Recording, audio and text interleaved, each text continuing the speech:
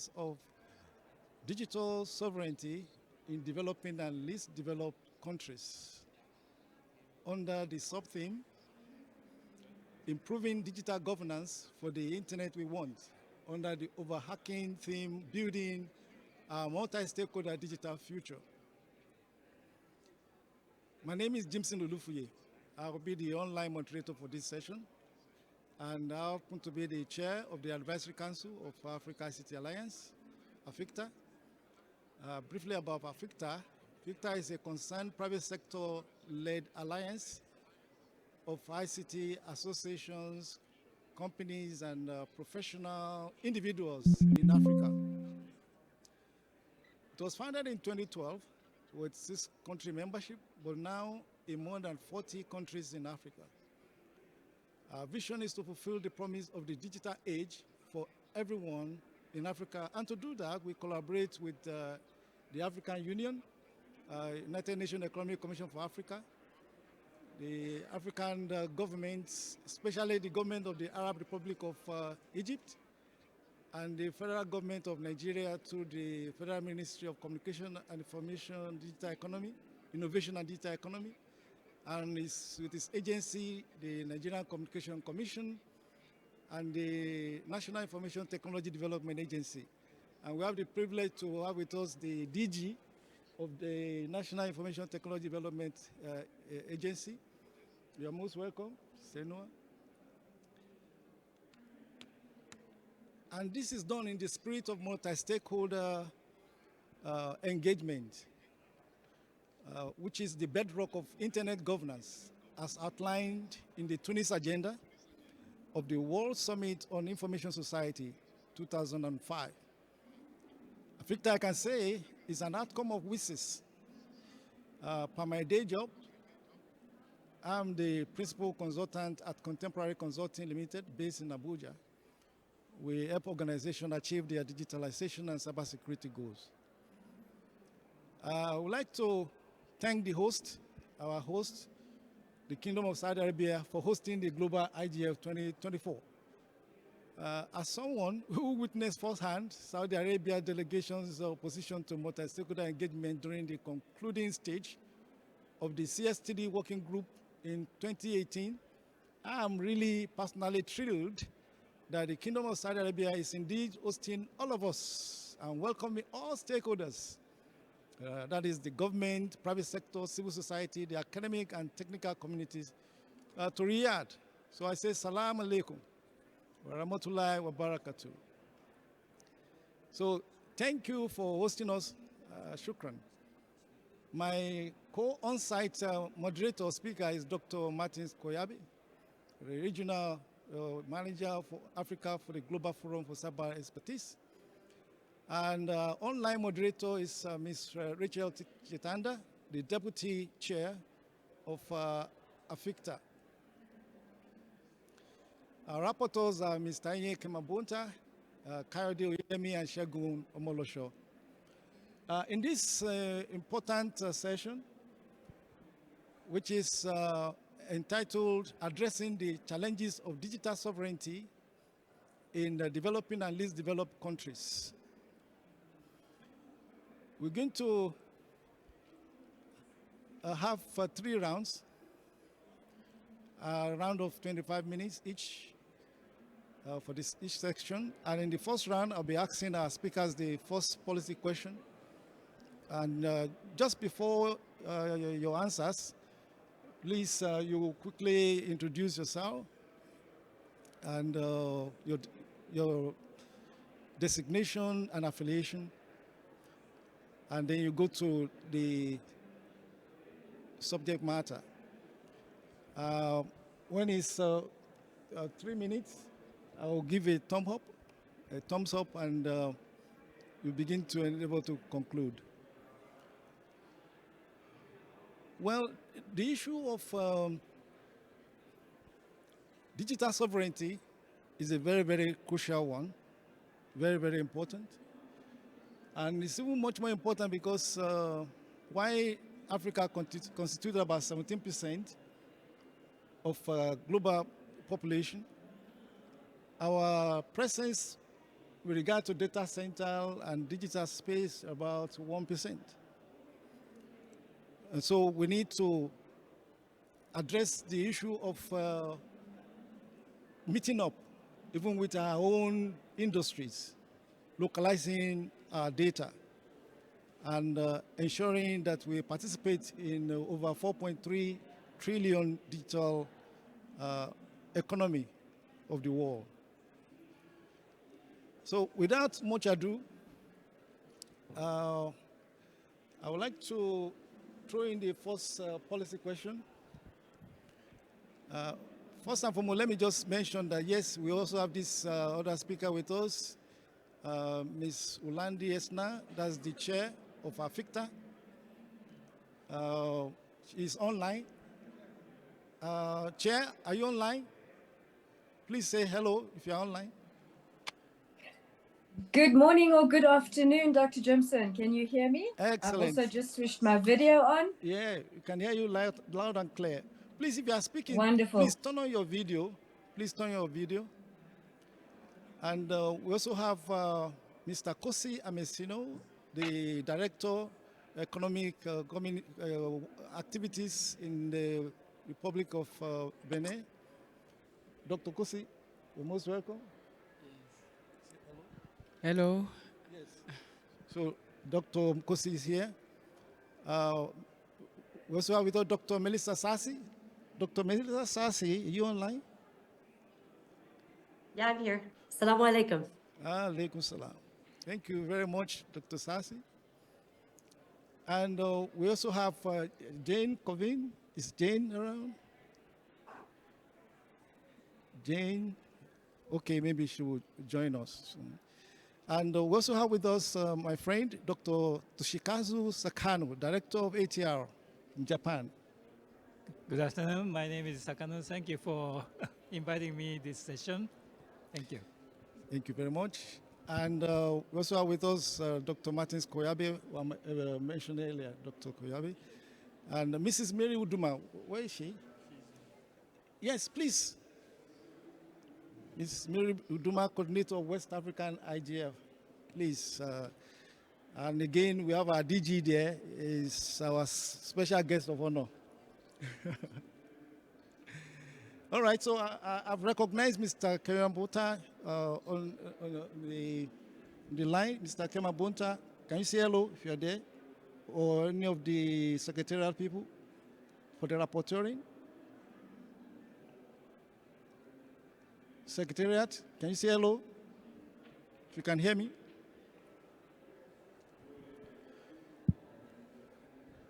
Okay, I can see them online, but I believe they can hear me. All right, so straight to the point, the first policy question. And our chair will be taking the first response to this. In the light of most developing and least developed countries lacking the capacity of hosting their huge data generated locally, and considering the importance of digital sovereignty to the development and security of an economy, please highlight the key challenges encountered by stakeholders in developing and least developed countries in the implementation of local servers and the adoption of data localization policy using South African experience or case study. And also answer the second one, what practical solution can you propose to address the challenges faced, say, in your country? Ms. Ulanda, the chair of AFICTA, you have the floor, please. Thank you so much, Dr. Jimson. And also just by way of introduction, as you'd already mentioned, I'm the chairperson of AFICTA. I'm not going to provide the background on AFICTA because, Dr. Jimson, you've done so already. Also, just in terms of my day job, the one that pays the bills, because you know, we do a lot for out of passion. I'm an IT consultant. I serve on various governance structures and boards within the public sector. So I also hope to be bringing some of my experiences and the challenges that I experience in terms of the questions that I've posed in the context of, in the South African context. So just in terms of some of the key challenges that I have, Doc, I've also got my timer going here so that I don't go over time, and I respect the time for other members as well. Some of the key challenges that we specifically also find in South Africa, and I'm sure it is very relevant throughout Africa, is the high infrastructure and capital costs. It isn't easy to build data centers. We have some amazing and incredible data centers in South Africa, but it requires huge amounts of investment. And obviously, as a country, you need to be attractive to investors so that they can, local investment or foreign investment, provide the capital for those infrastructure costs. We're also battling terribly in South Africa with electricity challenges. We've had some reprieve in the last several months in terms of electricity. So electricity is a lot better, but with that specific challenge, that means we need backup power. Backup power is expensive because it's the cost of diesel and fuel to maintain that power. So, and we're also battling at the moment in South Africa, we're experiencing water shortages. We haven't had, in Johannesburg, for example, we haven't had our summer rainfall. And our dams are running very low on water. So there's water restrictions, and you also need water for cooling. So it's really the cost around the capital. There's also something which we battle with in our context is the limited technical expertise. We don't have the required expertise to run huge data centers, to manage the data centers, to secure the data centers. So that is some of the challenges that we're experiencing. We do have good regulatory and legal frameworks in terms of data sovereignty within our country. So as far as information is concerned, we have which is very similar to the GDPR. In the European Union, we have what is called POPIA, which is the Protection of Personal Information Act. And basically, if our data or personal data has to reside in another country other than South Africa, it has to comply with privacy standards, which is either equal to our own or better. So that is pretty much how we've addressed some of the regulatory and legal frameworks. Some of the other challenges include the cybersecurity risks and data protection. We also have limited access to global technology providers. So those are just, some of the instances or some of the challenges that we experience in terms of the digital sovereignty in South Africa. Doctor, you've also indicated, I see I've got about 20 seconds left, just how we would deal with some of those challenges at a very high level. Very quickly, we would need hybrid and multi-cloud approaches just to ensure data residency. We need a stronger data sovereignty framework. And we also need local data centers and co-location in terms of data sovereignty. Chair, I will pause now to give the floor back to you, and I'm happy to take further questions at the next round. Thank you, Chair. Thank you very much, our distinguished Chair. That was quite a lot packed in 3.5 minutes. Thank you very much. Dr. Kosi, Benin move up to tier 2, right? Yeah. In the global cybersecurity index. Maybe you don't have any other challenges anymore. Do you still have challenges like South Africa? Thank you, Chair. We have more challenge. The data center is also a challenge for us. We know our country have many cultural experience to share. We have many videos.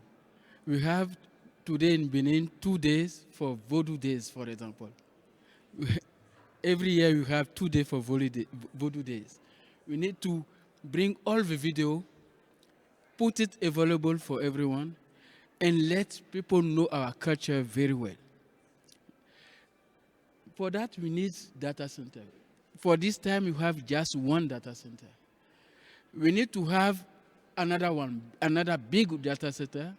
But we need data center. We take a solar technology, for example, to let us use energy very well, because energy also is a challenge for us. We need energy before use internet. If we don't have energy, we can't have internet. But energy before, water after, and we can talk about internet in the third time. Now, what is our challenge? Data, produce it, get it available for everyone, but secure also accessible to that data. We have public information also for everyone. All our public service today is online. More of them is online. It's only the data center. People need to access on them. We have one ID for each people in Benin now to access to all your public information you need. You have your ID, we call FID. We do it with a project called WURI. We have WURI project here in the booth here in Riyadh. We can go to our booth and see their action, what we do for our population. Every person in Benin have today one ID, using their all information online. They can ask anything to government. They can ask private people. They can ask civil society. They can ask everything you need to be. Maybe with tax, you need to pay your tax. You need to provide also your ID. That is information I want to share this time. Wow, that's quite impressive. You mean everyone in Benin has ID? Yes. National ID? National ID. That's quite impressive. Okay, good. Let's move to Dr. Melissa Sasi. Thank you, Dr. Melissa, because I know you have to wake up very early in the US to join us. You've always provided excellent advisory, best practice, using the US experience to enlighten us more on the approach, the regulation in terms of what citizens need to do. Please, what is your view about this, data sovereignty, in view of how the US taking data sovereignty very seriously? Thank you, Dr. Sasi. Exactly. So I spent a lot of my time working with highly regulated industries. So, financial services is really my focus right now. And, if you think about the kind of data that is collected, no one wants their, sensitive data, in the hands of nefarious characters, right? So I think, from my perspective, and I put some slides together, but I won't share my screen just in light of time. I kind of look at things from a few different perspectives. I look at it in terms of security, privacy, residency, and, kind of the ownership structure, if you will, of the data center. And I kind of also think about it from the perspective of, what's the impact of, having a, local data center. And in my mind, it's kind of bigger than just looking at it from a sovereignty perspective. It's also kind of thinking about what impact on economic growth those data centers, would have in local communities. What it might bring in terms of infrastructure, development, social benefits, support, of local authorities, if you will, in the form of, let's say, tax revenues, whether that's sales, use, income, blah, blah, blah. But, those are, I think, some of the pros. I think it gives, local communities or local government, local, people, companies, what have you, increased autonomy, control over their digital ecosystem. And that, kind of ensures, a reduced reliance on, external entities. Naturally, assuming you've got the right technical infrastructure set up, you've got the right skills, of folks who are managing that data center, you have an enhanced, security. And as I mentioned, skills, leads to jobs, blah, blah, blah. But lots of challenges. And I've heard some folks, already share some of those. In many cases, many of our communities across the continent or, any other developing countries, there's inadequate access to reliable internet, communication technologies, even electricity. And it, kind of requires a dependence on, foreign tech, and, in many cases reliance on, international tech companies. And again, that kind of connects into skills. It could connect into, budget, access to funding. As one of our, colleagues mentioned, running a data center is not, is expensive, and it takes a lot to stand up a data center, to run that data center. Lots of innovation, I think, is happening, and people, I think, are looking at the role of, green hydrogen, or all of the many innovations that, are possible to bring down the cost of running a data center. But it also kind of, I think, could bring, kind of an overemphasis on, localization. And, I'm big on partnership, so what role does, having such stringent, policies, in place, how does that impact collaboration? Does it bring more innovation, or does it stifle innovation? I think the vote is probably still out on, many of those things. But I think, truth be told, we have, big skills gaps across, many of our countries, including, the developed world. I'm not sure where I personally stand, to be honest. I think when I think about my data, I'd like it to, I'd like to understand where it's going, whether it's, everything is, being handled appropriately, whether it's, in use, in flight, whether it's being Yes. stored. And I think that that same, safety and security needs to be applied, elsewhere. That's true. I look forward to seeing, kind of how the world is going to continue to evolve. And I also look forward to seeing more, locally grown countries, especially, or companies, especially, tech ventures. We often think about, innovation coming from the Valley. I think tomorrow is where we see, and even today and yesterday, innovation coming from the village. So Yes, thank absolutely. you, and let's go build those villages. That's great. Thank you for that encouragement. That focusing on digital sovereignty empowers local businesses and local interests. You also mentioned the issue of collaboration and partnership. And I know Dr. Martin is very vast in the area of collaboration, especially capacity development, and has been mentioned. Has GFC been progressing concerning, handling these challenges, Dr. Martin? First of all, thank you so much. As introduced earlier, my name is Dr. Martin, and I am involved with GFC within Africa. Let me shed some light, as my previous colleagues have already shed light on the challenges, but more importantly, be guided by the current statistics that we have. When you look at Africa today, we have roughly about just below 100 data centers that are probably of tier 3, tier 4 and above. When you look again within Africa, we are not using or optimizing what we call renewable energy in terms of really making sure that we conserve on energy, as alluded by our chair in South Africa, and also with Benin, as an example of where energy, we don't use renewables. I know we have a lot of solar, but I'm on record, I know that there are few countries that do have renewable energy, that are using renewable energy for data center running and so forth.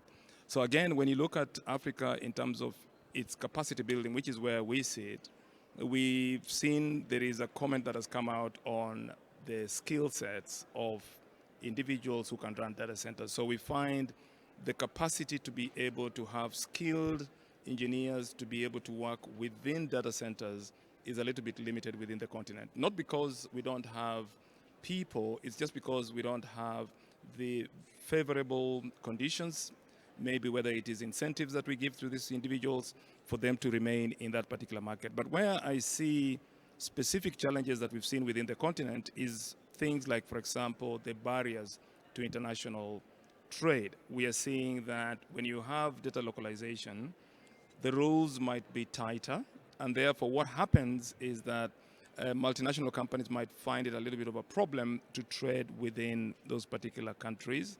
And this is a challenge. which requires also integration so that we can be able to work across borders. In fact, we were in a session this morning talking about borderless Africa, especially when it comes to data. And of course, we can't be able to have cross-border data transfers because of the trust levels that we have. Infrastructure is not built with our neighbors to the level that we want to trust them in that sense. There's also the restriction around fragmentation of the market. And here we are looking at two areas. So there's one where we look at the isolation in terms of the global market, that is restriction of policies within the least developed countries and developing countries participating in the global digital economy. We are also seeing there is an increased operational cost, meaning that localization requires, or rather leads to, sometimes inefficiencies, which we don't use in our own countries, and that sometimes can lead to operational cost. And then the last thing that I really wanted to point out as a barrier that we are seeing is the issue around the impact on the small businesses and startups. I think it has been mentioned here. Let's look at the statistics. In Africa today, nearly most of the economies of Africa, 75% of their GDP depends on small to medium enterprises. So if that sector is impacted by any of what we are saying here, whether it's data localization, fragmentation of markets, then we are already impacting economically in those particular economies. And I can see two areas. One is the issue around startups will struggle to meet the localization requirements, for example, because it's very restrictive or very high to afford. Then we also have the issue around limited access to global platforms, because by that time when you localize and you don't provide a platform, then you're limiting the marketing of these particular startups. So that's an inhibiting factor. But there could be a light at the end of the tunnel. So what are we trying to do based on what we said? So the first thing we see here is there's a need for harmonizing policy. We've just had a discussion around Africa having a continental data policy that can be adopted by many regions and countries. So there's a need to harmonize. But even in harmonization, we are calling for what we call layered harmonization. For example, let's make sure that the infrastructure in ECOWAS countries is up to standard so that we can be able to build the data centers. Let's make sure we have a strategy for data centers in terms of the green data centers, which we don't have a framework in the continent. Let's have also something that says we have the top-level domain names being used within the countries that we're talking about. So therefore, the layered approach is so significant. And then the other one is the area around capacity building. And the GFCE, we've taken a deliberate and very purposeful approach to actually look at the bottom-up approach. So we are looking at the middle-tier management to train them so that they can have a south-to-south interaction, to bring the experts within the south-to-south collaboration to help converge the development and making sure that we have solutions. I'll give you an example. If there is an engineer in Benin who is well known in doing something, I'm not saying my colleague here, but somebody in Benin, and this person, he or she, has the expertise that we require, then this person can be very useful, one, within the ECOWAS region, or we can take that person to the southern area to be able to help other countries. So the south-to-south interaction in terms of experience with something that we want to do. The two other points that I want to say just before I put down the mic is the PPP. We have to exploit the public-private partnership, because the PPPs bring what we call the expertise, the investment, and more importantly, they will be able to solve the problem of this inhibiting of data moving from one country to another, and also making sure that countries are able to have proper ecosystem for startups. And then lastly, encourage innovation so that we don't stifle it. Thank you. Fantastic public-private partnership, layered regulatory framework. We'll be interested in hearing how is it in Japan in terms of data center management, data sovereignty, localization. How is the regime like in terms of even business data, citizen data? Are they primarily in Japan or they are outside Japan? Dr. Sakano, please, can you intervene? Thank you very much, Ofe-san, my friend. And My name is Toshikazu Sakano from ATR. ATR is Advanced Telecommunication Research Institute based in Kyoto, Japan. And I'm now working for research and development of the ICT for disaster countermeasure. But in the past, I used to work for NTT, the biggest telecom company in Japan. And let me introduce about the data handling I experienced in NTT. About 2000 to 2005, NTT Communication. NTT Communication is one of group companies of NTT, and I used to work for that company. In that company, the company has many data centers worldwide, and our company's data was stored in a data center in Japan, but also in the west coast of the United States. And these data centers were interconnected using a submarine optical fiber cable with over 10 gigabit per second or something like that. So once company created the data is stored in the data center in Japan, but at the same time, the data is transferred to 1,000 kilometers away in West Coast data center for security and many other ways. Why we could do that is the West Coast data center in the United States was owned and operated by NTT. So the distance and the country, we don't care. Who is operating or who owns the data center is a very important issue. And actually, another story, actually 2011, Japan got a big earthquake, and maybe over 20,000 people were dead because of that big earthquake. And at that time, over 1.5 million telephone lines disrupted all the way because of tsunami, big wave. And people in that disaster-affected areas, they could not use telephone, but also they could not access to the internet anymore. Under that situation, people were struggling to make their living and looking for missing people and the kind of thing they are doing. So after that big earthquake, I created the new idea of quickly restore the local communication. That we call MDRU, or MDRU, Movable and Deployable Resource Unit, for quick restoration of telephone services. And after that, we moved to the not only telephone but also internet-like services, quick restoration, called LACS, Locally Accessible Cloud System. That kind of system we propose and proposed to ITUT and many things I have done. So in the course of proposing and research and development of ICT for disaster recovery, the standalone, very small local cloud system is very useful in very isolated areas. So the data there are localized? yeah, so to data speak. is localized. Okay. That is one solution. Okay. So here's big data center and localized standalone system.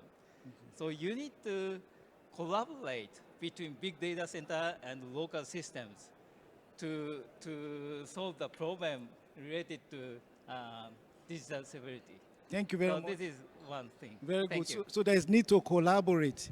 There's need to collaborate. And as a Nigerian, I can see that even in a regulatory framework in Nigeria, perhaps Madam Mary, I'm sure the DG, who is the authority in this area, they are the one that get back to data governance regime in Nigeria.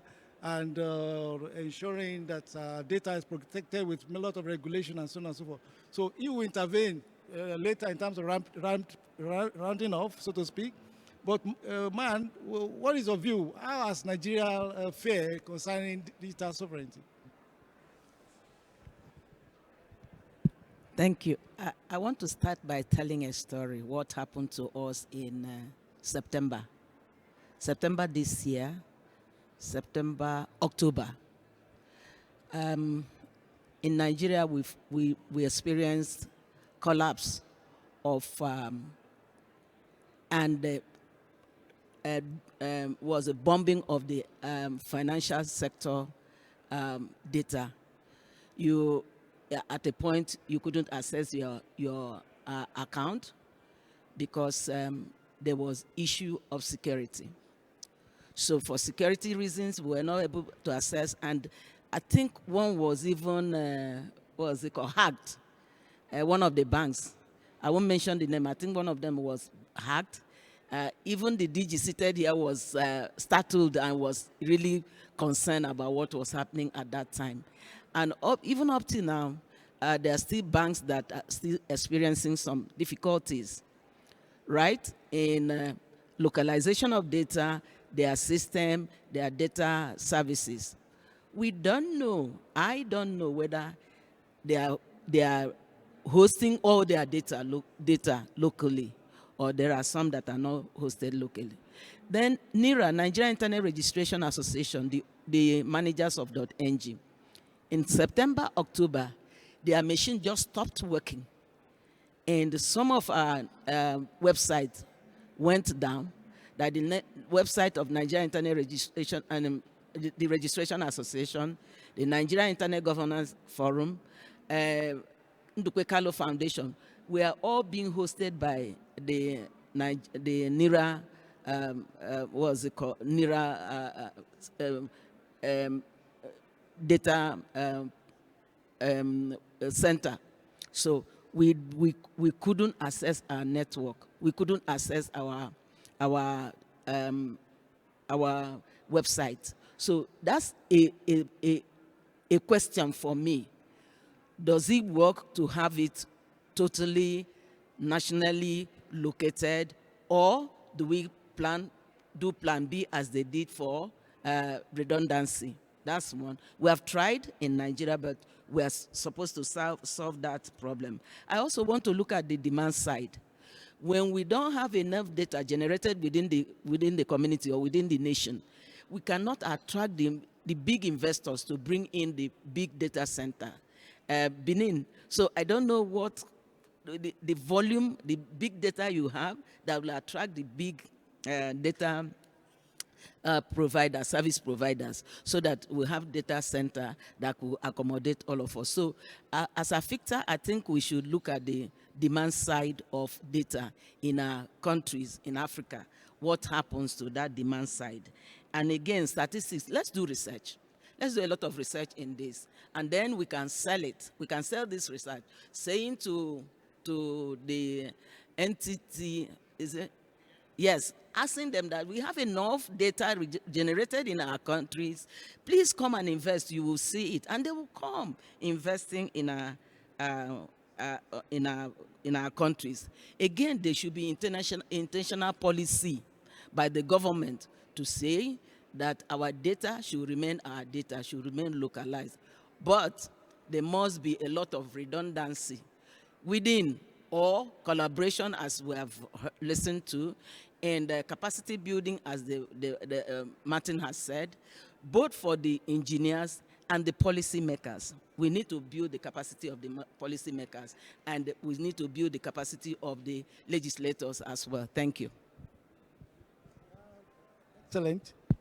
Excellent. Thank you so much. We need to have real redundancy. Very, very important. And we're happy that Dr. Sakano is here. Japan may invest in the regional data center that may be located in Nigeria. We are welcome. Okay.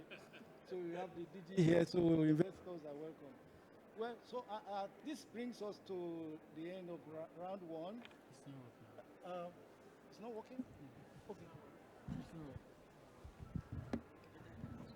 Okay, this is working. All right. All right, so this brings us to the end of round one. And I'm going to hand over to my online moderator, the deputy chair of AFICTA, Rachel Shitanda, to take the second policy question. Ms. Rachel? Hello, everyone. Thank you so much, Dr. Jameson, for the warm welcome and also for a very good moderated first session. My name is Rachel Shitanda. I'm the deputy chair for AFICTA, currently based in Nairobi, Kenya. I am in a daytime job. I'm a CEO for a company called Pambatech. So I'm excited to be here today and also to moderate this session. And so we'll dive in right to our next question. To our panelists, how can the DLDCs balance objectives of digital sovereignty with the benefits of cross-border data flows for the economic growth and innovation as we are addressing the challenges of digital sovereignty and data localization? I think we have already mentioned a bit of this in the session about localization of data and how cross-border data can affect economic growth. But I want to for us to dive a bit deeper into the conversation and discuss that. I'll start with our first speaker, our chair, Madam Yulendi Exter. Thank you so much, moderator, as well as my deputy chair of AFICTA. You know, while I was listening to some of our members, I have some comments and recommendations in terms of how we can address, how we can balance the objectives of digital sovereignty with the benefits of cross-border data flow. But while I was listening to some of the comments mentioned and some of the discussion points, something that really does concern me, and it's something that we really have to perhaps get a handle on is, do we actually know where our data is located? So yes, we're talking about infrastructure. We've got data centers internationally or locally, but can we hand on heart say that we know where our data is stored? As soon as we submit our data, whether it's being for government submissions or even personal, do we as individuals know that our data is being stored locally or it's being stored internationally? So that's just one of the concerns that I have in terms of whether we really know where our data resides and who has access to our data, who's responsible for that data, who has ownership of that data, who's the custodian of the data. So that's just something that's been rattling my mind. I mean, it has been rattling my mind for quite some time, but it's just brought it to the fore again now. So, and that is why it is very important that we do have an understanding of where our data resides. And I think legislation is very, very important. We do need to understand the legislation needs to support us in the sense that if we're saying that the data can only reside locally, we also have to have a regulator that has some teeth, that is able to enforce regulation. So, we might have, in instances, a regulator that doesn't really have much force and perhaps just slaps the organization with a small fine. So it is really important that we do have an understanding of where our data resides. So be that as it may, perhaps it is important that, or it may be a need that we have data residing in different continents or in different countries. So what is then very important is that we have to perhaps look at select localization. So we're very specific in terms of what data is stored locally. So sensitive data and personal data stored locally, less sensitive and less personal data is stored perhaps across our borders. So perhaps also to encourage some of the challenges or to address some of the challenges around digital sovereignty and data localization effectively, we need to incentivize innovation. We need to offer incentives for tech startups and businesses to innovate locally. while we're still engaging in global markets. We also need to, coming back to ensuring that we have an understanding of where our data resides. We need to have cross-border data flow agreements, because again, we might find ourselves in a situation where there's been some cyber breach, and we need to be able to bring those, as Dr. Sassi says, nefarious people to book, and we need to be able to have cross-border agreements to ensure that if there are any cyber activities or cyber criminal activities that are taking place, we can address them accordingly. Other than that, Chair, I think, moderator, I think I'll leave it at that stage. Thank you for the question. Thank you so much, Madam Chair, for that insightful feedback and contribution to the conversation. I'll go back to Dr. Martin. You mentioned a bit about need for collaboration in terms of policy making, and also how can we put this in terms of helping? For example, we can see the GDRCs and how they've been able to manage to improve localization of information, and also collaboration around policies on data in Europe, and Asia as well have similar policies framework among some member countries. How as Africa can we do in order to enable this collaboration, and also how can this one also help us in terms of economic development and also sovereignty as well? To you, Dr. Martin. Okay, thank you very much. Let me try and put this into perspective, because I know we've got other speakers who will talk after me. First of all, within the continent, we do have what we call the data policy framework that has been established at the AU level. This is a document that actually helps to guide around how we govern data. There are two dichotomies here. One is when we talk about data governance, we are not really referring as controlling data, but ideally we are saying, how do we govern data within a jurisdiction? And there has to be a concerted effort in terms of harmonizing, whether it's policy or regulation, especially at regional level. We know various countries have their own national policies, they have their own national legislations, but the idea here would be at the regional level. And the regional economic communities have a very, very strong opportunity, and we know ECOWAS are doing a good job, SADC are doing a good job, and others, to make sure that they can have that regional harmony.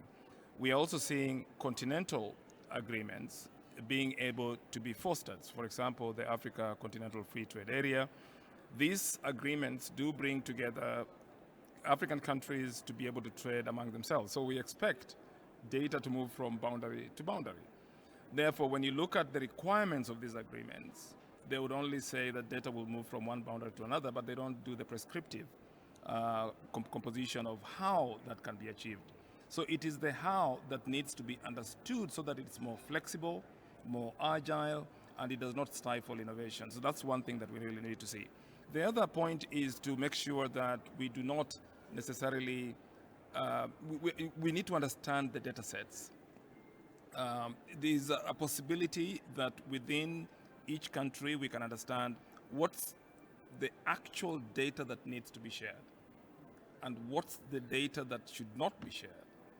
So therefore, Chair, I would urge that under this understanding, we should not just talk about data per se, but we should be more descriptive and say, is this the data that needs to be shared? Because to be honest, there's some specific data that just needs to be shared.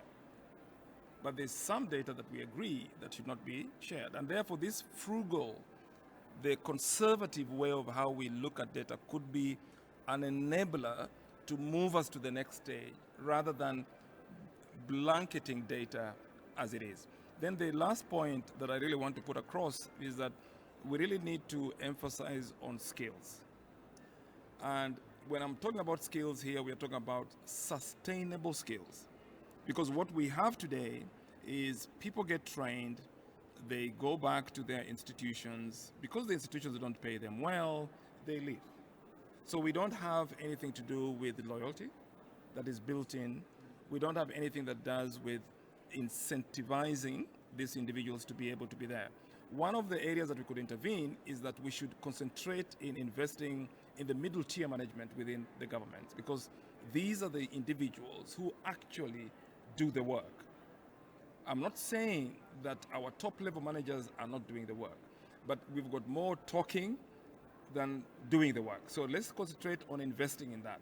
And then let's also give them the incentive to do that. The other point, Chair, that I would like us to put up is the institutional memory. When we talk about policymakers, when we talk about leaders, parliamentarians, and others, they come and go. What happens to those institutions? How do those institutions ensure that the next government and the next government will come in and they will be able to propagate the same institutional memory that we have? Many countries in the world that are doing well in this space always insist on specific institutional memory to be carried forward into the next generation. So we have this cycle of politicians, or political cycle, that really brings us back to square A. What we want to do is, when there's a political change, keep the policies that are good, as alluded by our moderator about policy, and then continue those policies so that we don't have policies dying because the government has left.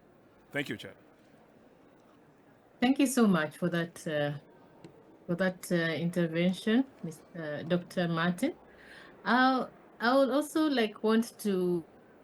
want Dr. Chishikazu to also contribute a bit and add on what Martin has said in terms of data, cross-border data and security, in regards to what he also contributed first, that is maybe how secure can the data be, and how, as a recovery mechanism, can country use the opportunity for cross-border data sharing in disaster management and also continuity of also economic growth, as we focus on the second policy question. Dr.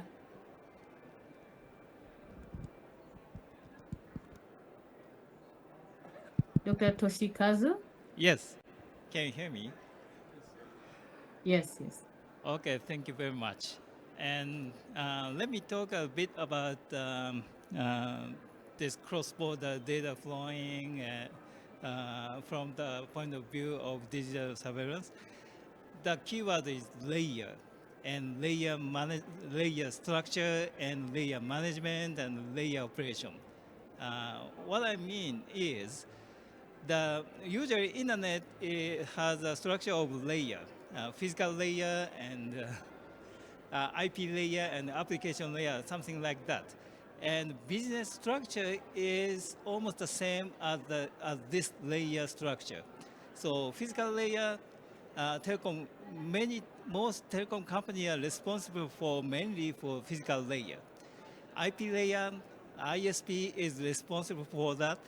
And application layer, many big service companies, SNS and Google and many companies are responsible for providing the application layer services. So this layer structure is very important, and we should be strictly keep this structure. And looking at the physical layer, data center, you can see the physical layer, IP layer, application layer, you can see the same thing. So once data center is structured and operated, in the physical layer, for the data center, engineers need to operate the computers and the storage, and once the computer is broken, they need to replace something like that. So that is the chance to grow the engineer if you have the data center in your country. So look at the semiconductor industry. So what is the semiconductor industry? The biggest company for production is TSMC, based in Taiwan. They are focusing on the, you can say, physical layer of semiconductor for the country. They don't design the semiconductors, but they focus on the production. The same thing happens in the IT sector.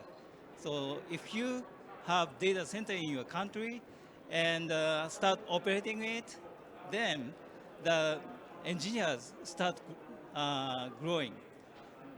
And cross-border data will be increasing. And that will contribute to the country's economy. This is the kind of viewpoint. Okay? Okay, thank you very much. Thank you so much, Dr. Toshikazu.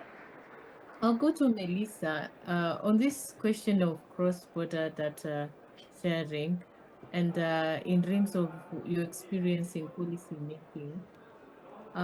What do you think is your contribution in terms of how cross-border data can foster economic and also innovation, as we also address the digital sovereignty and localization? Dr. Melissa? Yeah, so I've spent, gosh, the last 10 years working on tech innovation.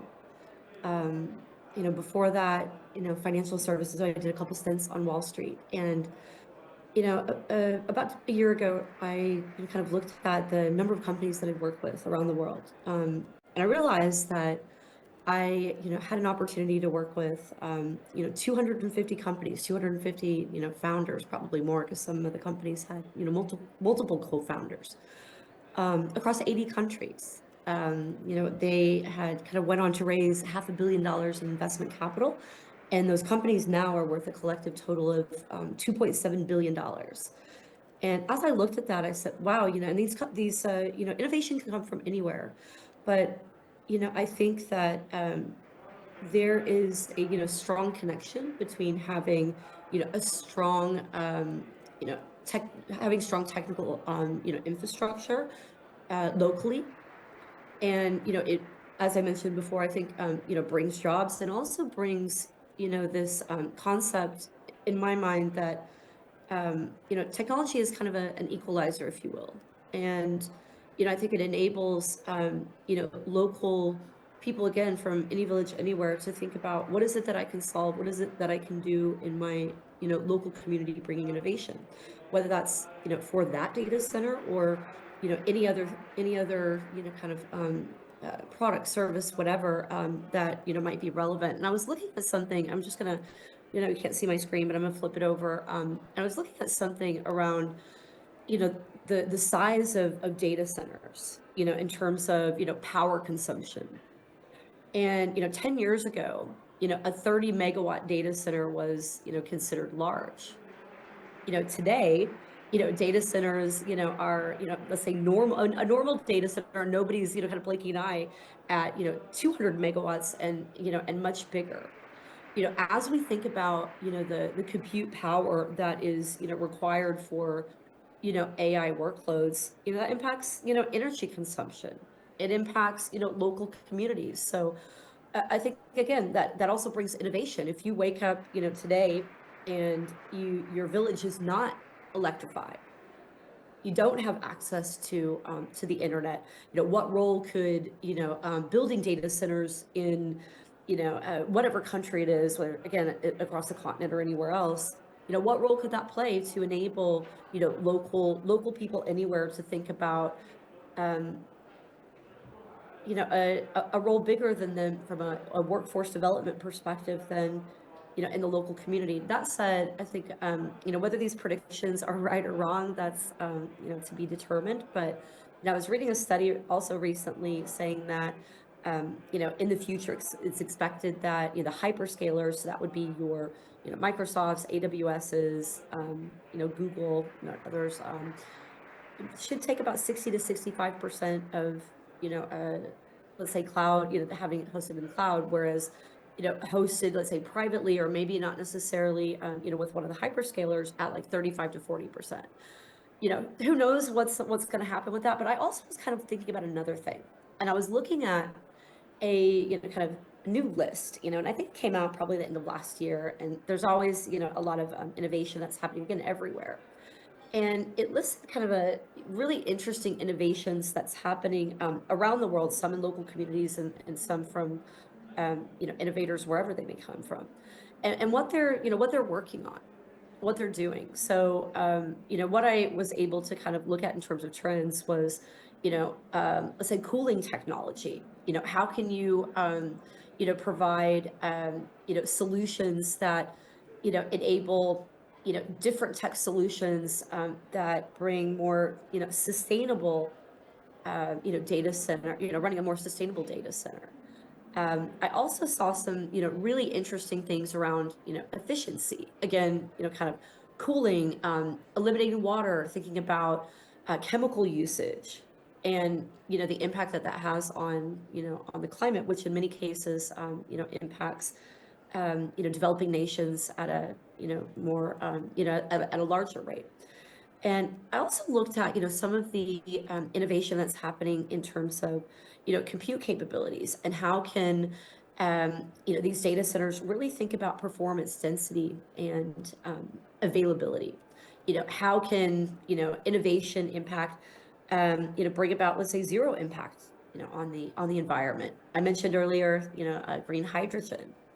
How can local communities think about planning and building, energy efficient, solutions that are, trusted, secure, and, having the right level of, data center, or security, privacy, blah, blah, blah. We'll see how things, continue to, transpire. But as I mentioned, I am always very excited about the innovation that can come from a village versus always hearing about what's happening, in the valley. So thank you. Thank you so much for the contribution. It's always nice to hear from you, Melissa. Very knowledgeable and resourceful. Thank you. Thank you. Okay, I think I'll give a chance to Mrs. Mary Uduma to just tell us a bit about how, as a civil society champion of the people and the society, what is your take on data localization and how that can impact the society? How can it impact human beings in terms of their rights, the socio-economic aspects? On to you, Mary. Okay, thank you. Just to know that we are short of time, so Okay, we'll I'll just be make it. Tim.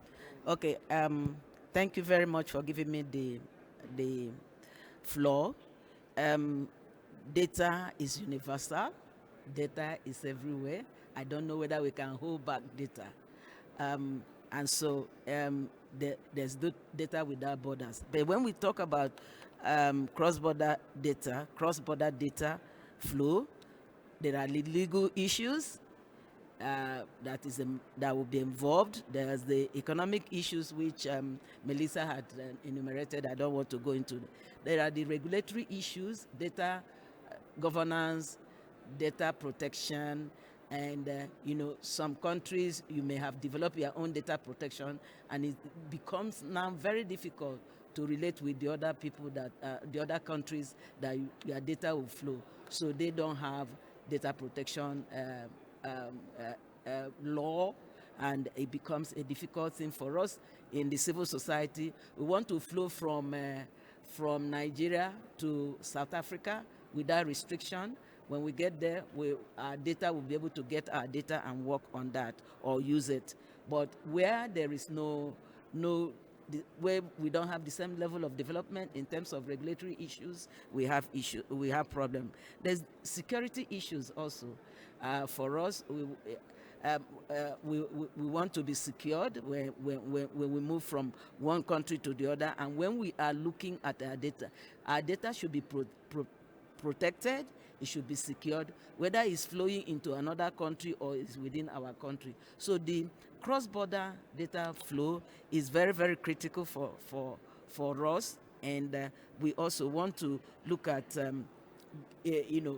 policies or cooperation where we could have the multi-stakeholder cooperation or multi-stakeholder groups coming together to say, this is my issue when it comes to data flow. The academia will say this is our issue and all that, and we sit on a round table and find solution to, just as we are doing now. Thank you. Okay, thank you, Mrs. Mary Oduma. I'll go to Dr. Kosi. What is your take on this policy question on how this can affect the socioeconomic, the innovation, and also governance of the same? Maybe you can give us your piece of wisdom on that. Thank you, moderator. That is very important for government, because when we don't have data, we don't have also money. We need data to know who is there to pay tax, for example. That is very important for government. We have to know security of data is very important. We can't share any kind of data. It's not possible. For some sharing, we need convention between two countries or our country and some big companies. That is very important also to know. But whatever, we have some specific big countries who have their own data center, putting there their information like bank, finance, and all of specific big countries have their own data.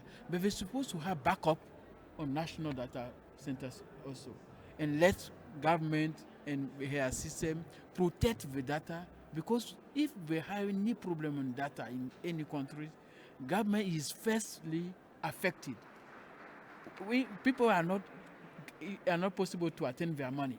That is a problem for government first, before we are talking about civil society and so on. That's very important. We need to have for that key. We need to be identified online to let security people do their job very clearly and simply. That is very important for us too. Thank you.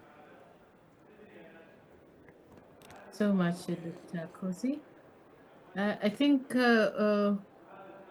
Jameson, I think I have exhausted all the speakers that Yes, are contributing thank you. to the conversation.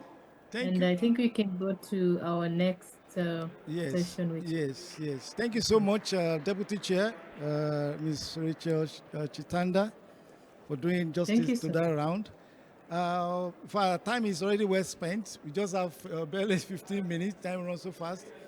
I want to give opportunity to our special guests of honor this occasion.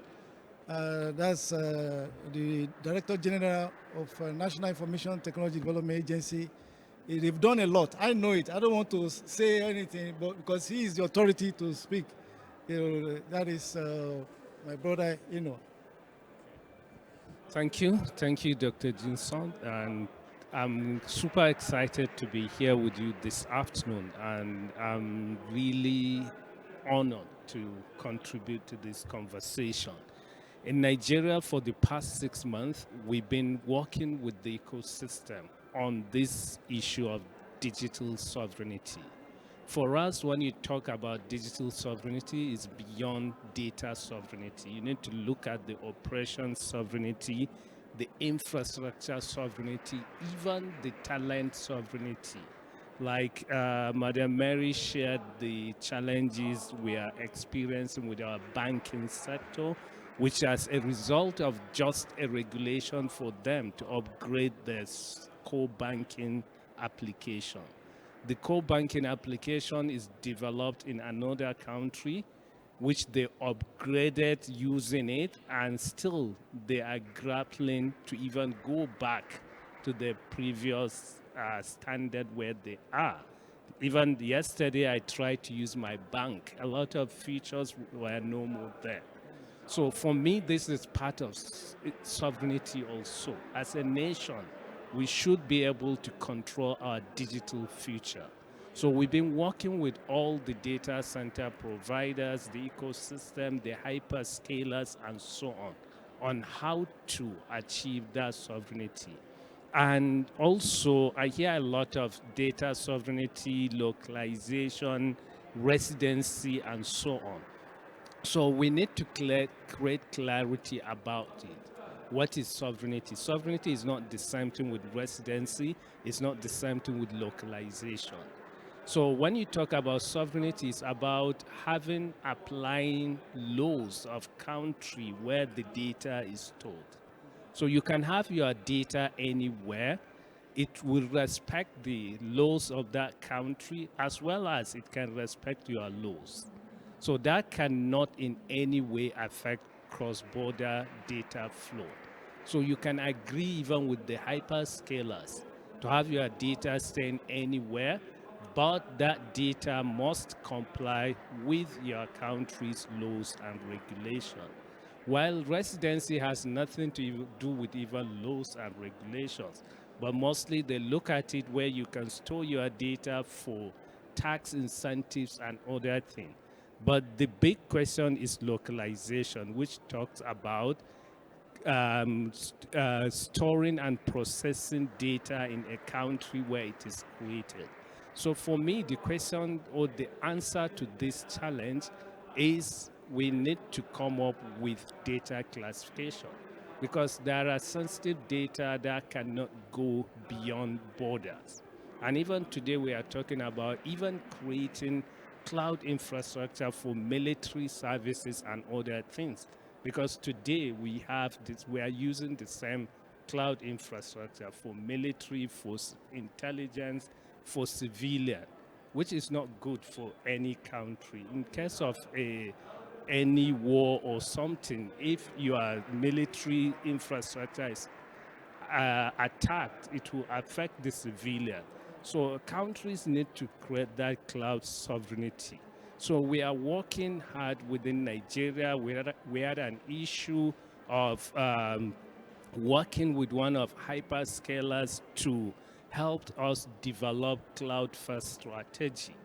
But most of the time, business people, they will help you, but they are there for profit. Whatever they do, they will try to benefit from it.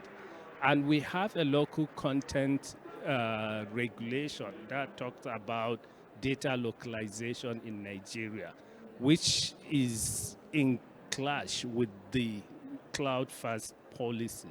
So now we are working with all the local data center providers, the hyperscalers. How can we get them to come and have a zone or data centers in Nigeria? On 10th of December, Huawei launched its local zone in Nigeria.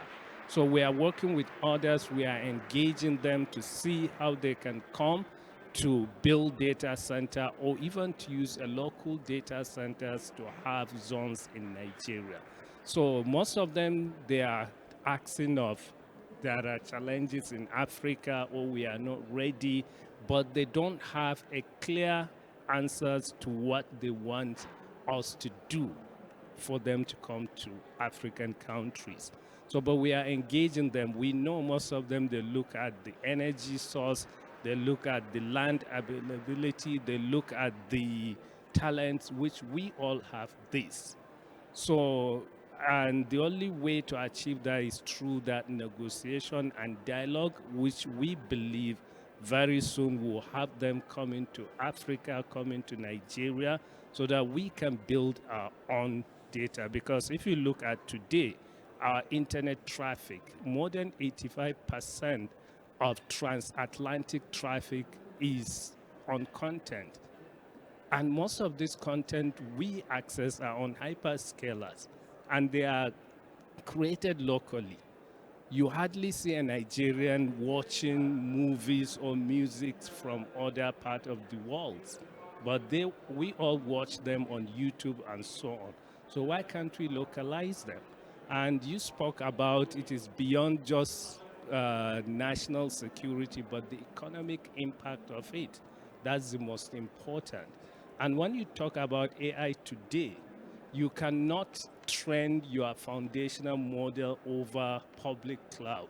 We need to have that compute power in our countries. We even need to have edge compute power across the country so that we can upload our data and train the algorithm. So thank you very much. It's quite interesting. I will take some of the feedback to shape the work we are doing on attracting the hyperscalers to Nigeria and Africa. Thank you. Excellent. Thank you very much, our DG. Well, I'm going to throw this open to the audience. Just one question or one comment. Can you do it in 1 minute? Okay. Hello, good afternoon, everyone. My name is Berhard Faras. I'm from Indonesia, and currently I'm studying in Tsinghua University for my master degree, and my research is all about digital sovereignty. So I've been researching this for several years, so I'm really interested with the topic. So basically, I already add LinkedIn to all of you guys. Please accept me on LinkedIn, and we can talk more about it later. But the thing is, regarding to my thesis as well, for my basically we have to have a clear understanding about what digital sovereignty is, because like I see every single people, every single country have its own perspective of what digital sovereignty is, and it's quite hard to be in the same frequency, because like there is so many things to measure, right? So I hope that we can conclude with this event, through this event, and through my research as well later on, I can get feedback from you and I can get your source, so I can build the measurement tools and the global definition of digital sovereignty. That's it. Thank you. That's wonderful. Be rest assured that we are more than ready to support your research, because we believe in research a lot. Well, we're coming gradually to the conclusion of this session. And it has been quite illuminating, and there's been a number of points shared. So we're looking at takeaways and a call to action. Well, digital sovereignty, I think DG got it right, because when you talk about digital, you're talking about ICTs, you're talking about different segments of the information communication technology, and we need to classify. Even Dr. Martins mentioned that, classify data. I had a bid, I'm a businessman, and I was to tender for a project, and a cloud project, and if I were to use a local data center, I would never have won that project. But because it was a kind of a commercial or academic data, so it's not top secret data. So I could use cloud in the US, which our company have a data center. And with that, I got very competitive pricing. And with that, we won the bid. So there is a provision, the law in Nigeria that says, okay, for government data, you must, if you are to host it overseas, you must get approval. But basically, at default, it must be hosted in Nigeria, which is a good one that segmented the classified public data from commercial data. So that is smart regulation, which I really want to encourage other countries to emulate. With that, we can still do our business. We can transition gradually, to building a more robust local data center. So with regard to takeaways, we have discussed extensively, and we identified that, yes, we need to build capacity locally. We need to build the economy. We need to have an economic rollout with digital sovereignty, and that we should not forget about cross-border data flow with regard to cross-border trade, which is indispensable to prosperity, even though digital sovereignty is imperative. We mentioned the AU digital data policy framework. So we need to work with that, okay? And then also we look at the cost. The cost of having this locally is high. So I just illustrated with a business. So we have to look for, classify the data. And then also electricity is a major challenge that has been identified. But I'm happy to say here that we deploy for a client 10 years ago. We deployed a data center for a client 10 years ago, and it's been running using just solar. We deploy solar and everything running 24/7 for 10 years, even with some cooling system.